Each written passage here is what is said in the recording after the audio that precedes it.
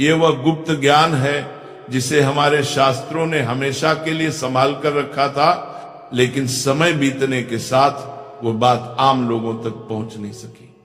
ये वह रहस्य है जो अगर सही समय पर समझ लिया जाए, सही मन से किया जाए, तो इंसान की किस्मत पलटने में एक पल भी नहीं लगता।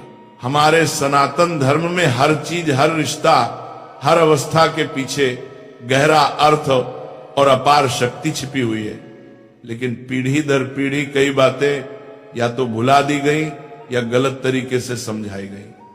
इसलिए आज जब आप ये सुन रहे हैं तो पूरे दिल से सुनिए, क्योंकि हो सकता है कि आज का यही ज्ञान आपकी तिजोरी का ताला खोल दे, आपके घर की बरकत लौटा दे और आपकी आने वाली पीढ़ियों तक धन, सुख और समृद्धि का प्रवाह छोड़ जाए। भक्तों, आज की बात एक विधवा स्त्री से जुड़ी है। समाज उसे दया की नजर से देखता है। कभी कभी लोग उसे अशुभ तक मान लेते हैं। किसी जगह उसे पूजा से दूर रखा जाता है, कहीं लोग उसके सामने शुभ काम होने से डरते हैं। लेकिन सच क्या है? सच ये है कि जिस स्त्री ने अपने पति को खो दिया, जिसने अपना सुहाग खो दिया, जिसने अपनी दुनिया खो दी, वह दुनिया की सबसे शक्तिशाली आत्माओं में से एक बन जाती है। क्योंकि भक्तों, जब बाहरी श्रृंगार खत्म होता है तो भीतरी तेज जाग जाता है। जब मन का सबसे बड़ा दुख झेल लिया जाता है तो आत्मा तपस्वी बन जाती है। जब जीवन की सबसे भारी परीक्षा दे दी जाती है तो भीतर ऐसी ऊर्जा पैदा होती है जो किसी साधु, किसी ऋषि, किसी योगी से कम नहीं रहती। भक्तों, हम में से कई लोग लक्ष्मी को प्रसन्न करने के लिए सोना, चांदी, बड़े अनुष्ठान, महंगे दान, इन सब की तरफ दौड़ते हैं, लेकिन हम भूल जाते हैं ईश्वर दिखावे से नहीं, भावना से प्रसन्न होता है। नहीं, माता लक्ष्मी सोने से नहीं, पवित्र मन और कर्म से आकर्षित होती है। और सबसे बड़ा सत्य, जहां एक तपस्वी आत्मा का आशीर्वाद मिलता है वहां कभी दरिद्रता टिक नहीं सकती। और एक विधवा स्त्री, वो तपस्वी नहीं, चलती फिरती तपस्या है। वह त्याग की मूर्ति है।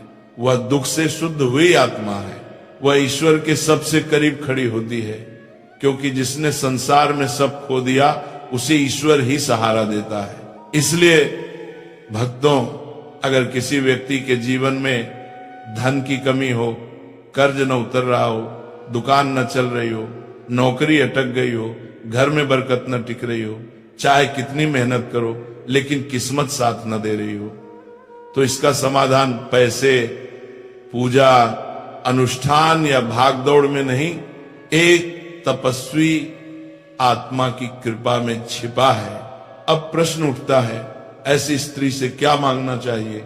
धन, कपड़े, खाना, उपहार?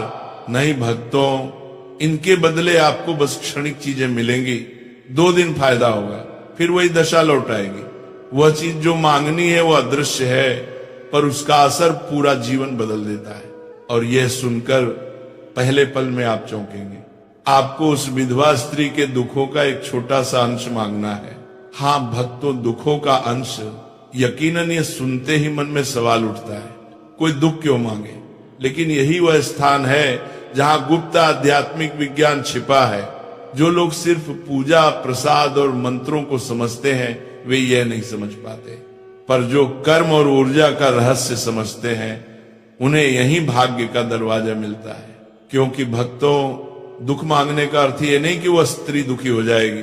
दुख मांगने का अर्थ यह है कि आप उसके बोझ को बांटने की अनुमति लेते हैं। और जब कोई इंसान किसी के दुखों को बांटने के लिए तैयार होता है तब उसके जीवन से दरिद्रता और कंगाली भाग जाती है। कर्म कहता है, जो दूसरों का दर्द बांटने को तैयार हो उसे ईश्वर खुशी बांध कर देता है। और जब विधवा स्त्री जो तपस्वी आत्मा होती है मन ही मन आशीर्वाद देती है, तो जिस घर में वह आशीर्वाद पहुंचता है वह घर कभी सूना नहीं रहता।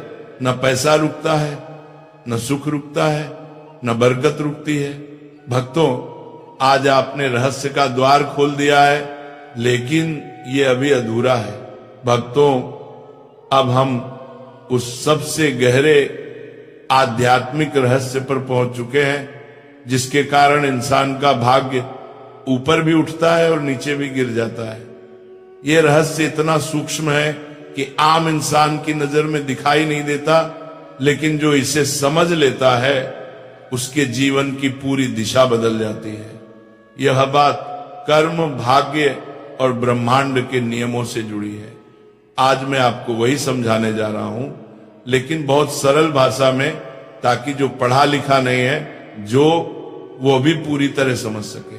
भक्तों, दुनिया में सुख और दुख यूं ही नहीं आते। हर इंसान इस जन्म में वही भोगता है जो उसने पहले जन्म और इस जन्म में किया है। जैसे बोया वैसा पाया, यही कर्म का नियम है। कोई अमीर क्यों पैदा होता है, कोई गरीब क्यों, कोई सुखी क्यों रहता है और कोई क्यों रोता है, इसकी जड़ इसी कर्म सिद्धांत में है। हर दुख, हर समस्या, हर गरीबी सब किसी न किसी पुराने कर्म का फल है। इसी तरह जो व्यक्ति बहुत खुश, सुरक्षित या समृद्ध रहता है वह भी अपने पिछले शुभ कर्मों का फल भोग रहा होता है। अब भक्तों, सोचिए, जब किसी स्त्री का पति उसके जीवन से चला जाता है, जब उसका सुहाग छिन्न जाता है, जब उसका संसार बिखर जाता है, तो वह कैसा दुख होता है। यह दुख सामान्य इंसान की समझ से बाहर है। यह दुख इतना बड़ा होता है कि उसके पिछले जन्मों के बहुत से बुरे कर्म एक साथ जलकर राख हो जाते हैं। वह दुख जैसे आग बनकर उसकी आत्मा को तपाता है और वह स्त्री उस आग से गुजरकर सोने जैसे शुद्ध दिल वाली बन आती है। उसे दुनिया शायद अभागी समझे, लेकिन आध्यात्मिक दृष्टि से वह सबसे अधिक पवित्र और शक्तिशाली आत्मा बन चुकी होती है। उसका हर आंसू तपस्या बन चुका होता है, उसका हर आह त्याग बन चुका होता है, उसका मौन ध्यान बन चुका होता है, उसका निस्वार्थ जीवन साधना बन चुका होता है। इसीलिए उसके आशीर्वाद में भी ताकत होती है और उसके श्राप में भी ताकत होती है। इसलिए कहा गया है, विधवा को कभी रुलाना नहीं चाहिए, उसका दिल कभी नहीं दुखाना चाहिए, क्योंकि उसका दिल दुखाने वाला व्यक्ति सीधे अपने भाग्य को चोट पहुंचा देता है। अब भक्तों, मुख्य बात यहां से शुरू होती है उस विधवा स्त्री से दुख मांगने से। आपका भाग्य कैसे चमकता है? पहली बात, आप वास्तव में दुख खरीदते नहीं, आप दुख बांटते हैं। जब आप उसके पास जाते हैं और मन ही मन दिल से सच्ची करुणा से कहते हैं, मां, जो दर्द आप अपने दिल में सह रही हैं उसका एक छोटा सा कण मुझे दे दो ताकि आपका बोझ थोड़ा कम हो जाए, तो आप उस स्त्री से दुख नहीं मांग रहे होते, आप ब्रह्मांड को संदेश दे रहे होते हैं, मैं किसी का दर्द बांटने के लिए तैयार हूं। ब्रह्मांड तुरंत आपके कर्म को पहचान लेता है, क्योंकि दुनिया में लोग खुशी छीनते हैं, फायदा लेते हैं, काम की चीजें मांगते हैं, लेकिन किसी का दर्द बांटना बहुत दुर्लभ है। और भक्तों, ये प्रकृति का नियम है। जो इंसान दूसरों के दर्द को बांटने के लिए आगे आता है, भगवान उसके जीवन के दुखों को बांटना शुरू कर देते हैं। उस क्षण से कंगाली हटने लगती है, धन का प्रवाह शुरू हो जाता है, भाग्य के बंद दरवाजे खुलने लगते हैं और बरकत, सफलता और शांति जीवन में उतरने लगती है। क्योंकि आपने किसी का बोझ हल्का किया, इसलिए ब्रह्मांड आपका बोझ हल्का कर देता है। आपने दुख बांटने की मंशा दिखाई, इसलिए ईश्वर आपके सुख बढ़ा देते हैं। यही कारण है भक्तों, कई लोग मंदिरों में लाखों रुपए दान करके भी सुख नहीं पाते, और कुछ लोग किसी दुखी को सच्चे दिल से 2 शब्द बोलकर भी अमीर हो जाते हैं, क्योंकि ईश्वर चढ़ावे नहीं, भावना देखते हैं। माता लक्ष्मी हीरे नहीं, कर्म देखती है, भाग्य दौलत नहीं, मानवता का तराजू तोलता है। भक्तों, अब यहीं से आगे की बात शुरू होती है, और यह हिस्सा सबसे अधिक रहस्यपूर्ण और जीवन बदल देने वाला है।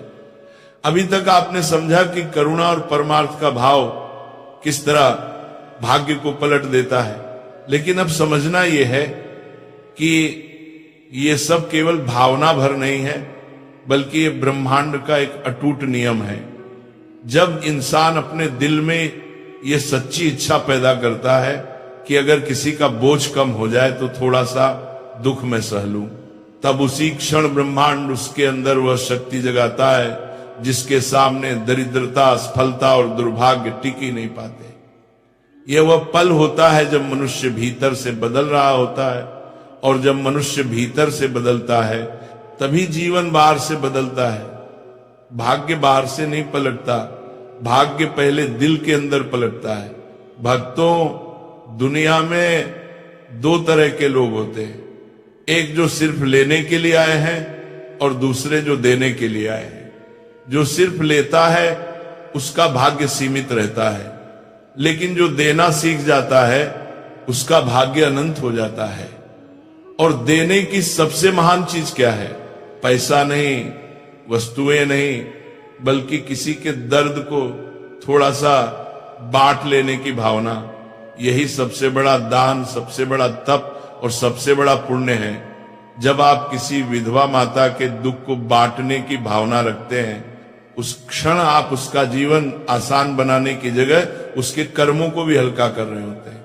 और जब उसके कर्म हल्के होते हैं तो वह भीतर से दुआ देती है, चाहे बोल कर दे या बिना बोले, उसका आशीर्वाद सीधा आपके भाग्य में लिख दिया जाता है।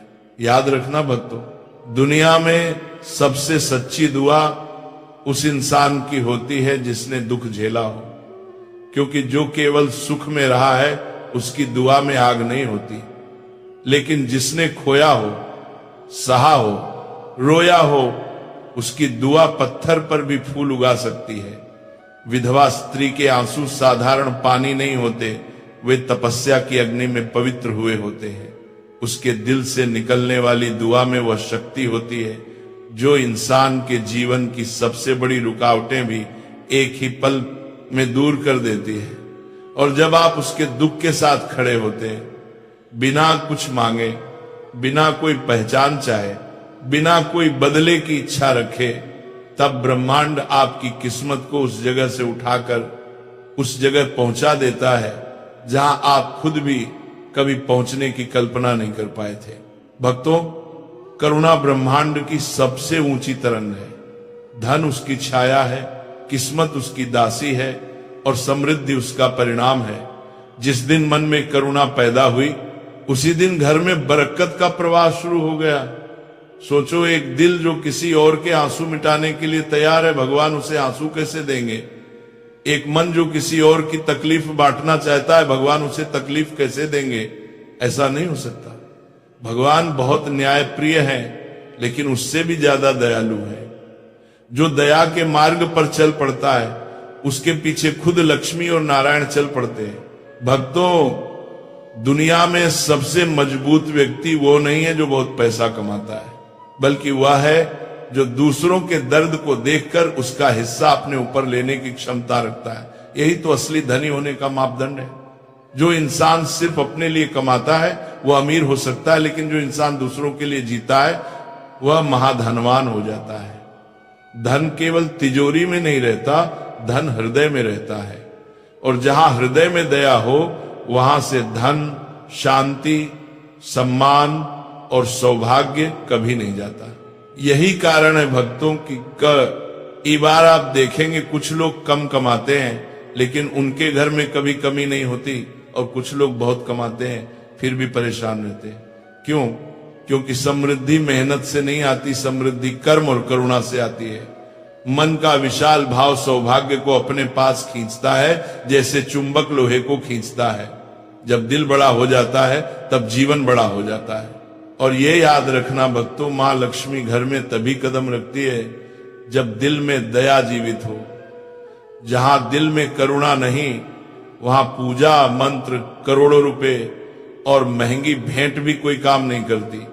लेकिन जहां दिल में करुणा हो, वहां एक चुटकी चावल, एक बूंद पानी और एक सच्चा भाव भी भाग्य को बदलने के लिए काफी होता है।